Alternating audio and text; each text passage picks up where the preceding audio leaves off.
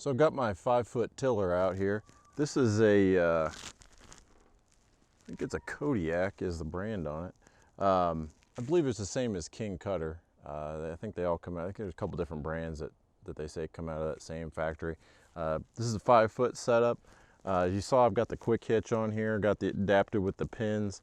I did have to go down a little bit smaller on the top size to get this thing to work well with that, but nice, it goes on and off pretty easy if you get it lined up right. So we're gonna go ahead and till in all those leaves and get prepped to put in some potatoes here.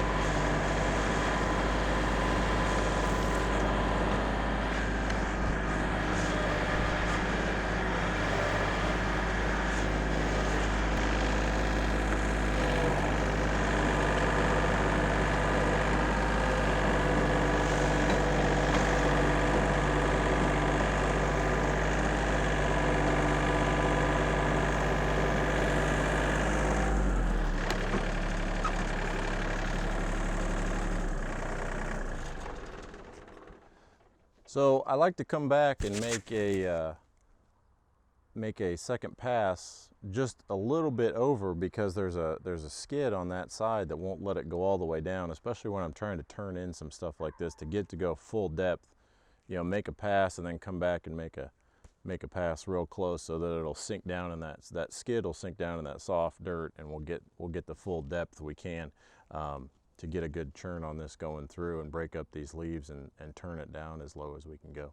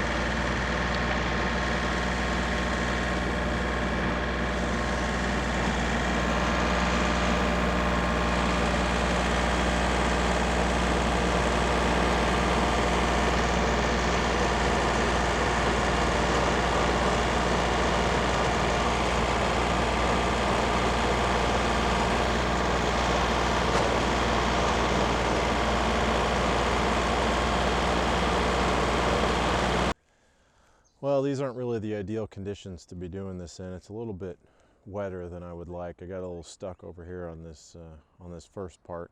The other thing is, my understanding is that when you run this when it's wet, you can create a compaction layer at the bottom of where your blade's coming around at that layer that where you're not tilling, that you can create some compaction there, and it's worse when the soil's wet.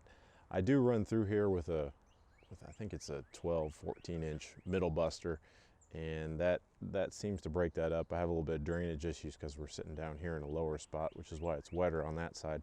But I'm going to be putting those potatoes on this side, and so that'll get tilled a few more times, and I'll run through there with that middle buster before that gets in there.